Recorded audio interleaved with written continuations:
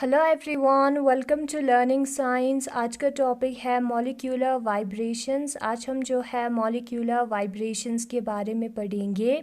Chemical bonds are not rigid and inflexible entities but are capable of undergoing a series of different vibrations. जो chemical bonds है, chemicals के बीच में bond होता है, वो ना तो रिजिड होता है और ना ही इनफ्लेक्सिबल होता है, और ये जो बॉन्ड्स है वो वाइब्रेट कर सकता है। ये जो बॉन्ड्स है वो वाइब्रेट कर सकता है। In this sense molecules appear to behave as if they were balls connected to a spring, with the balls representing atoms and the springs representing chemical bonds. तो इस केस में जो मॉलिक्यूल है उसको हम एक दो ball as a ball consider करेंगे जो कि स्प्रिंग से कनेक्टेड होगा। यहाँ पे ये जो बॉल्स है वो हमारा एटम्स है और जो स्प्रिंग है वो है हमारा bond. Bond vibrations may be of several general types consisting of asymmetrical and symmetrical stretching vibrations as well as in-plane and out-of-plane bending modes. All are referred to as fundamental vibrations. और ये जो bond का vibration होता है वो अलग अलग type का होता है, जैसे कि सिमेट्रिकल और एसिमेट्रिकल स्ट्रेचिंग वाइब्रेशंस और इन प्लेन और out of plane bending modes, और ये सारे वाइब्रेशन को हम मानते हैं fundamental vibrations. Stretching vibrations involve motion by atoms in the direction of bond, whereas bending vibrations or deformations involve motion resulting in corresponding changes in the bond angle. और जो stretching vibration है उधर जो atom है वो bond के direction में move करता है। अगर हम सिंपली कहें तो ये जो बॉन्ड है वो स्ट्रेच और कंट्रैक्ट होगा स्ट्रेचिंग वाइब्रेशन में, लेकिन जो बेंडिंग वाइब्रेशन है उधर ये जो बॉन्ड है उसके एंगल में चेंज आएगा। A brief description of some of the major fundamental vibrations are outlined below and illustrated in figure. और जो brief description है fundamental vibrations का, कुछ fundamental vibrations जो है वो नीचे सिंपली डिस्क्राइब किया हुआ है ब्रीफली। तो यहाँ पे सबसे पहले आता है स्ट्रेचिंग वाइब्रेशन। स्ट्रेचिंग वाइब्रेशन में क्या होगा, ये दो एटम्स है उसके बीच में जो बॉन्ड है उसके लेंथ में चेंज आएगा, यानी कि वो स्ट्रेच होगा, इंक्रीज होगा ऐसे करके, या वो कंट्रैक्ट होगा। ठीक है। Symmetrical stretching vibration involve similar bonds attach to a common atom in which the bonds move away and toward the common atom in unison. यहाँ पे जो symmetrical stretching vibration है उधर ऐसे तीन atoms जो है वो present होगा। यहाँ पे ये हमारा center atom है, ठीक है। इधर दो bonds ऐसे करके connect होगा, ये दोनों bond जो है एक साथ stretch होगा, यानी कि इन दोनों का length जो है वो एक साथ, यूनिसन मीन्स एक साथ इंक्रीज होगा, और इन दोनों का लेंथ उसके बाद एक साथ जो है वो डिक्रीज होगा। यही होता रहेगा, उसको हम कहेंगे stretching vibration. Symmetrical stretching vibration उसको हम कहेंगे asymmetrical stretching vibration, similar to symmetrical stretching vibration, but one or more bonds move away from the common atom while the other bonds move toward it. और ये जो है वो stretching vibration से same है, लेकिन इसमें कुछ बॉन्ड्स जो है वो एटम के पास जाएंगे, यानी कि कंट्रैक्शन होगा, और कुछ जो है वो स्ट्रेच होगा। सारे एक ही डायरेक्शन में, यानी कि सारे स्ट्रेच नहीं होंगे एक साथ, सारे कंट्रैक्ट नहीं होंगे। यहाँ पे एसिमेट्रिकल लिखा है तो कुछ स्ट्रेच होगा, कुछ कंट्रैक्ट होगा। इस केस में अगर ये कॉन्ट्रैक्ट हुआ है, इसका लेंथ कम हुआ है, तो ये स्ट्रेच होके इंक्रीज होगा एंड वाइस वर्सा। ठीक है, इसको हम कहते हैं एसिमेट्रिकल स्ट्रेचिंग वाइब्रेशन।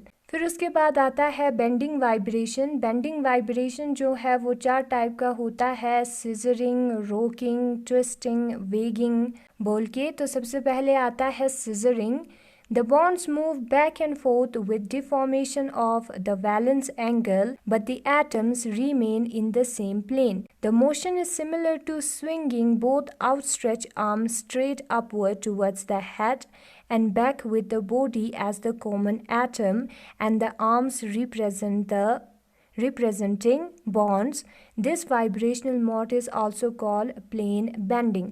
अब सिजरिंग में क्या होगा, सिजरिंग में ये जो बॉन्ड एंगल है, बेंडिंग वाइब्रेशन में है तो यहाँ पे ये जो बॉन्ड के बीच में एंगल है उसमें चेंजेस आएगा। ठीक है, यहाँ पे जो है जो बॉन्ड्स है वो बैक एंड फोर्थ मूव करेंगे, लेकिन जो एटम है वो सेम ही प्लेन में रहेगा। यहाँ पे हम सपोज कर सकते हैं कि हमने क्या किया है, ये हमारा बॉडी है, ठीक है, ये हमारे आर्म्स है, इन दोनों आर्म्स को जो है हमने ऐसे स्ट्रेच करके अपने हेड के तरफ जो है लेके गए हैं। यहाँ पे डायरेक्शन में बता रही हूँ। फिर उसके बाद हमने वापस लाया है। तो यहाँ पे ये जो सर है, हमारा हेड है, वो सेंट्रल एटम की तरह है, और ये जो हमारे आर्म्स है ये बॉन्ड को रिप्रेजेंट करता है।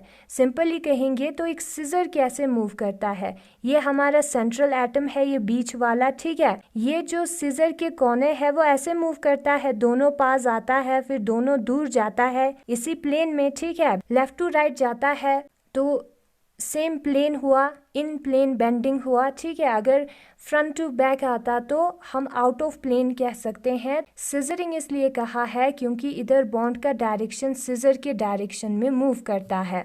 मतलब कि अगर ये हमारा सेंट्रल एटम है, ये दो बॉन्ड्स है, तो दोनों पहले पास आएंगे, फिर उसके बाद ये दोनों जो है एक दूसरे से दूर जाएंगे, ऐसे जो है वो मूव करेगा। फिर उसके बाद आता है रॉकिंग। रॉकिंग में क्या होगा, the bond swing right and left in unison while the atoms remain in the same plane. Scissoring से सेम है, रॉकिंग में ये बॉन्ड्स जो है लेफ्ट टू राइट मूव करेंगे, लेकिन ये दोनों एक ही डायरेक्शन में मूव करेंगे। सिजरिंग में क्या होता था, अगर ये एटम इस डायरेक्शन में मूव करता था तो ये जो बॉन्ड है, ये जो एटम है वो जो है क्या करता है, ये जो बॉन्ड है अगर इस डायरेक्शन में मूव करता है तो ये जो बॉन्ड है वो इस डायरेक्शन में मूव करता है, यानी कि ऑपोजिट। लेकिन जो रॉकिंग है उधर ये दोनों सेम डायरेक्शन में मूव करेंगे, वही डिफरेंस है। फिर उसके बाद आता है twisting. The bond twist out of the plane around a common atom. Twisting में क्या होगा, ये जो बॉन्ड्स है वो ऐसे मूव करेगा जैसे कि रॉकिंग में मूव हुआ है, एक हमारी तरफ आएगा out of the plane, means front and back जो है ये बॉन्ड मूव करेगा, एक हमसे दूर जाएगा, एंड वाइस वर्सा। ये जब इस साइड आएगा तो ये बैक साइड चला जाएगा, तो उसको हम कहते हैं ट्विस्टिंग। वेगिंग में क्या होगा, the bond swing, swing means झूलना, back and forth in unison out of the plane of the bond. इस केस में ये जो बॉन्ड है वो दोनों फ्रंट आएंगे हमारी तरफ, फिर दोनों बैक जाएंगे यूनिसन में, उसको हम कहते हैं वेगिंग। और ये है हमारा बेंडिंग वाइब्रेशंस। तो यहाँ पे जो है बेंडिंग वाइब्रेशन दिया है। सिजरिंग में क्या होता है, ये दोनों बॉन्ड जो है वो इस डायरेक्शन में आएंगे, दोनों इस तरफ, फिर उसके बाद जो है ऐसे दूर चले जाएंगे। रॉकिंग में क्या होता है, दोनों बॉन्ड इस तरफ जाएगा या इस तरफ जाएगा। और ट्विस्टिंग में क्या होगा, ये बॉन्ड अगर हमारी तरफ आ रहा है तो ये बैक साइड जाएगा, एंड वाइस वर्सा। वेगिंग में क्या होगा, ये दोनों बॉन्ड जो है वो हमारी तरफ आएगा, फ्रंट, ठीक है। यहाँ पे प्लस जो है वो मूवमेंट अबव, एंड माइनस जो है behind the plane of paper, ये टूवर्ड्स अस दिखाता है, माइनस जो है बिहाइंड दिखाता है। सिमेट्रिकल स्ट्रेचिंग में क्या होगा, ये दोनों बॉन्ड का लेंथ जो है वो दोनों का इंक्रीज होगा। एसिमेट्रिकल स्ट्रेचिंग में एक बॉन्ड का लेंथ कॉन्ट्रैक्ट होगा, यानी कि एक एटम अगर इस तरफ आएगा तो ये जो एटम है वो दूर चला जाएगा, और ये है हमारा स्ट्रेचिंग वाइब्रेशंस। फिर उसके बाद आता है skeletal vibrations. These involve motion of the entire molecule. Absorption due to these vibration can occur between 1420 and 66 centimeter inverse. जो skeletal vibrations है उधर जो पूरा molecule है वो motion करेगा, वो move करेगा, और इस vibration से जो absorption होता है वो किस region में होगा, 666 centimeter inverse से 1420 सेंटीमीटर इनवर्स के रीजन में होगा। Generally it takes more energy to stretch a bond than to bend one. अगर हम जनरली बात कहें तो जो स्ट्रेचिंग होता है, सिमेट्रिकल और एसिमेट्रिकल स्ट्रेचिंग होता है, उधर जो है ज़्यादा एनर्जी लगता है बेंडिंग से। जो सीजरिंग, ट्विस्टिंग, वैगिंग होता है उससे ज़्यादा एनर्जी लगता है सिमेट्रिकल और एसिमेट्रिकल स्ट्रेचिंग में। The stretching vibrations normally occur at higher frequency and appear mostly on the left side of the infrared spectrum. इसलिए जो स्ट्रेचिंग वाइब्रेशन है वो हायर फ्रीक्वेंसीज पे होगा, मतलब कि इंफ्रारेड स्पेक्ट्रम के लेफ्ट साइड पे होगा। The general regions for stretching and bending vibrations are shown in figure. और जो जनरल रीजन्स है स्ट्रेचिंग और बेंडिंग वाइब्रेशंस का वो फिगर में दिखाया है। तो यहाँ पे जो स्ट्रेचिंग और बेंडिंग वाइब्रेशन है वो दिया है। यहाँ पे हाइड्रोजन स्ट्रेचिंग, यहाँ पे हाइड्रोजन डिफॉर्मेशन यानी कि हाइड्रोजन बेंडिंग होता है इस रीजन में, ठीक है। और यहाँ पे hydrogen out of plane deformation होता है। यहाँ पे ट्रिपल बॉन्ड का स्ट्रेचिंग, फिर डबल बॉन्ड, फिर सिंगल बॉन्ड का स्ट्रेचिंग होता है। और यहाँ पे बाकी सारे जो फंक्शनल ग्रुप्स और बॉन्ड्स है उसका स्ट्रेचिंग वाइब्रेशन दिया है। और यहाँ पे इस रीजन में स्केलेटल बेंडिंग मोड्स होता है और यहाँ पे out of plane aromatic ring deformation होता है। तो यहाँ पे जो है स्ट्रेचिंग और बेंडिंग वाइब्रेशंस दिया है। Every chemical bond has associated with it a characteristic vibrational frequency. Her bond का जो है उसका खुद का एक वाइब्रेशनल फ्रीक्वेंसी होगा, the value of which depends upon the nature of the bond and its chemical environment. और उस फ्रीक्वेंसी का वैल्यू जो है वो बॉन्ड के नेचर पे डिपेंड होगा और उसके जो केमिकल इन्वायरमेंट है उस पे डिपेंड होगा। As a result, each bond will absorb infrared radiation of a characteristic wavelength, जिसकी वजह से जो हर बॉन्ड है वो एक इंफ्रारेड रेडिएशन को अब्सॉर्ब करेगा जिसका कैरेक्टरिस्टिक वेवलेंथ होगा। A correlation of bond absorption with their corresponding wave numbers और wavelength is the basis for determination of structure features of organic compounds by infrared analysis। और ये जो रिलेशन है bond absorption और wave number का या wave length का वो हमें जो है ऑर्गेनिक कंपाउंड के स्ट्रक्चर के बारे में पता करने में हेल्प करता है, काम आता है इंफ्रारेड एनालिसिस में। If one or more identical atoms in a molecule are bonded to other identical atoms, the bond will show both asymmetrical and symmetrical stretching vibrations। अगर एक या एक से ज़्यादा एटम जो है मॉलिक्यूल में सेम टाइप ऑफ एटम जो है वो दूसरे सेम टाइप ऑफ एटम से जुड़ा हुआ होगा तो जो बॉन्ड है वो सिमेट्रिकल और एसिमेट्रिकल स्ट्रेचिंग वाइब्रेशंस दोनों दिखाएगा। फिर उसके बाद आता है non fundamental vibrations. The appearance of the following types of additional non fundamental bands increases the number of bands. जो इंफ्रारेड स्पेक्ट्रा है उसमें जो नंबर ऑफ बैंड्स जो है वो इंक्रीज होता है क्योंकि एडिशनल नॉन फंडामेंटल बैंड्स भी हमें मिलता है। जो फंडामेंटल वाइब्रेशन है उसके बारे में हमने पढ़ा है, लेकिन नॉन फंडामेंटल वाइब्रेशन भी होता है जिसकी वजह से भी हमें जो है इंफ्रारेड स्पेक्ट्रा में बैंड्स मिलता है। All these bands have 110 to 100 intensity of the fundamental bands। और इस बैंड का इंटेंसिटी जो है वो 110 होगा यानी कि 0.1 या 100 होगा। 0.01 जो है उसकी इंटेंसिटी होगी यानी कि बहुत ही कमज़ोर होगा as compare to the fundamental bands. तो सबसे पहले एक बैंड आता है नॉन फंडामेंटल वाइब्रेशन की वजह से, वो है overtone bands. These may arise if a molecule is excited from first vibrational energy level to third vibrational energy level. The energy required is almost twice as that of the excitation to second vibrational energy level। अब ये जो overtone bands है वो कैसे arise होता है? Suppose हमारे पास फर्स्ट वाइब्रेशनल एनर्जी लेवल होगा nu 1, second vibrational energy level होगा nu 2, nu is equal to 2, और थर्ड वाइब्रेशनल एनर्जी लेवल होगा nu is equal to 3। Now अगर कोई मॉलिक्यूल जो है वो एक्साइट हुआ है फर्स्ट वाइब्रेशनल एनर्जी लेवल से थर्ड वाइब्रेशनल एनर्जी लेवल में, सेकंड को वो जो है छोड़ के चला गया है, तो हमें मिलेगा overtone bands.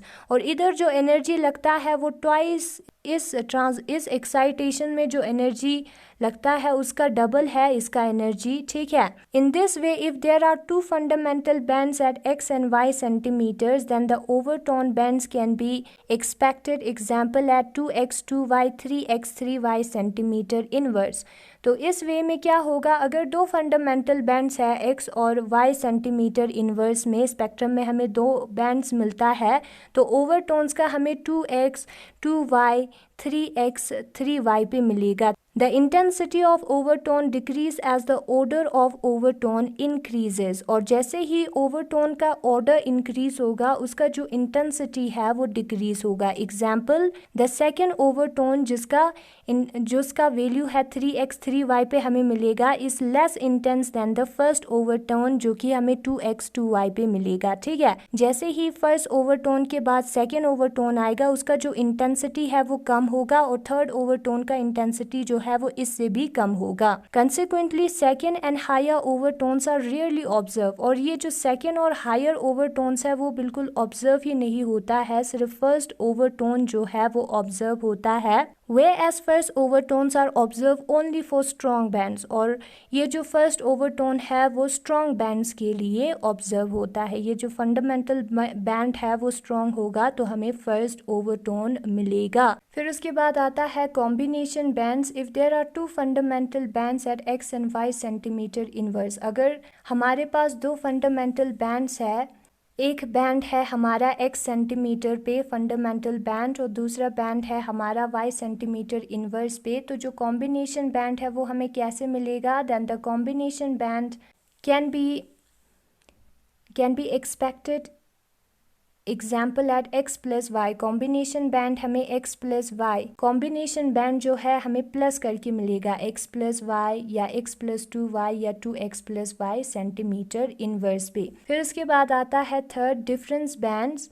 If there are two fundamental bands at x and y centimetre inverse, अगर दो फंडामेंटल बैंड्स है हमारे पास, अगर हमारे पास दो फंडामेंटल बैंड्स है x और y सेंटीमीटर इनवर्स पे, तो जो डिफरेंस बैंड्स है, डिफरेंस मीन्स माइनस, वो हमें कहाँ पे मिलेगा? x minus y, x minus 2y 2x minus y centimetre inverse पे हमें जो है डिफरेंस बैंड्स मिलेगा।